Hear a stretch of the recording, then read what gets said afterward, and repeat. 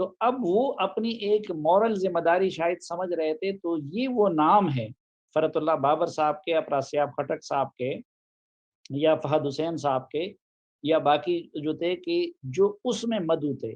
تو میرے خیال میں انہوں نے اس اخلاقی بوجھ کو اتارنے کے لیے اس بریفنگ میں بھی ان لوگوں کو شامل کروایا تھا.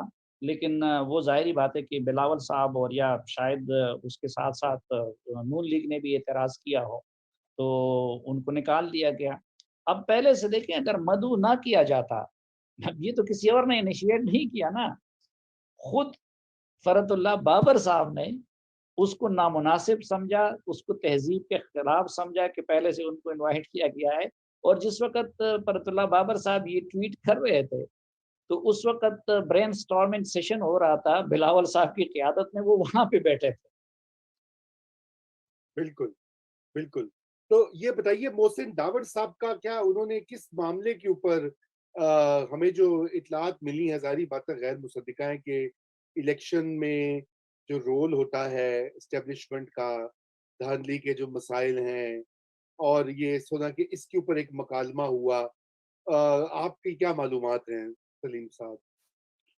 وہ میرے خیال میں ان کی گفتگو جو محسن داوڑ صاحب اور پی ٹی ایم کا جو مجموعی بیانیہ ہے، اور جس میں زیادہ فوکس پھر ٹرائبل ایریاز کو حاصل ہوتے ہیں، تو اس میں یہ ساری چیزیں شامل ہیں. تو ان کی گفتگو اس کے گرد گھومتی رہی، اور جواب میں پھر جو ان کو جواب بڑا تفصیلی دیا گیا، تو وہ وہی ہے کہ اسٹیٹ کا یا اسٹیبلشمنٹ کا پھر پی ٹی ایم کے بارے میں جو بیانیہ ہے وہ اس کا احاطہ کر رہی تھی. جی، اس کا احاطہ. تو آپ یہ سمجھتے ہیں کہ یہ مکالمہ آخر اس کی نوبت کی آپ پی ٹی ایم کے اوپر بھی کافی کچھ لکھتے رہے ہیں، آپ اس کے تمام جو عوامل ہیں، محرکات ہیں، لیڈرز ہیں، ان سے بھی واقف ہیں. تو کیا یہ اتنی تاخیر سے یہ مکالمہ جو ہے یہ جاری نہیں رہنا چاہیے، بجائے اس کے کہ دونوں سائڈز جو ہیں وہ ایک پولرائزیشن کا ماحول بن جائے؟ جیسے کہ ابھی علی وزیر کا بھی معاملہ ہے، پہلے بھی جو میٹنگ ہوئی تھی جرنلسٹ کی، اس میں بھی یہ مبینہ طور پہ یہ معاملہ اٹھا. تو کیا یہ اچھا ہو کہ یہ ڈائیلاگ جو ہے اسٹیبلشمنٹ اور پی ٹی ایم کے لوگوں کے درمیان ایک مستقل ایک فیچر بن جائے، تاکہ یہ اس طرح کی غلط نہیں میرے فہمیاں، الزام رضا تراشیاں؟ بھائی رضا بھائی ایسا نہیں ہے. یہ پہلی مرتبہ ان کا جو ہے پارلیمنٹیرین کے سامنے اتنے بڑے فورم پہ یہ مکالمہ ہوا. لیکن میرے خیال میں پی ٹی ایم کا اسٹیبلشمنٹ کے ساتھ یہ مکالمہ مستقل طور پر جاری ہے کافی عرصے سے، اور بڑی ملاقاتیں ان کی ہو گئی ہیں مختلف اوقات میں.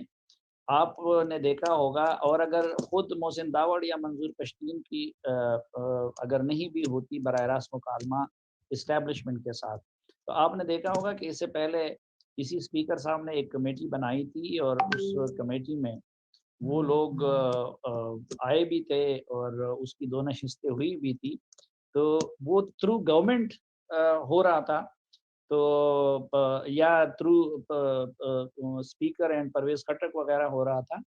اچھا، پھر یہ بھی ہے کہ آپ کو یاد ہوگا کہ جب محسن داوڑ اور منظور پشتون جیل میں تھے، تو اس وقت ان سے ملاقاتوں پہ پابندی تھی. لیکن اس وقت افراسیاب خٹک صاحب اور بشرا گور صاحبہ کو ایکسس دیا گیا تھا ان سے ملنے کی. تو میرے خیال میں افراسیاب خٹک صاحب اور ان کے جو باقی گروپ کے لوگ ہیں، ان کے ذریعے یہ مکالمہ اکثر اوقات جاری رہتا ہے. تو یہ پہلی بار نہیں ہے، یعنی وہ براہ راست بھی وہ مکالمہ ہو چکا ہے. لیکن یہ بات آپ کی ٹھیک ہے کہ اس کو ایک مستقل انداز میں کرنا چاہیے اور کسی حل تک ان کو پہنچنا چاہیے.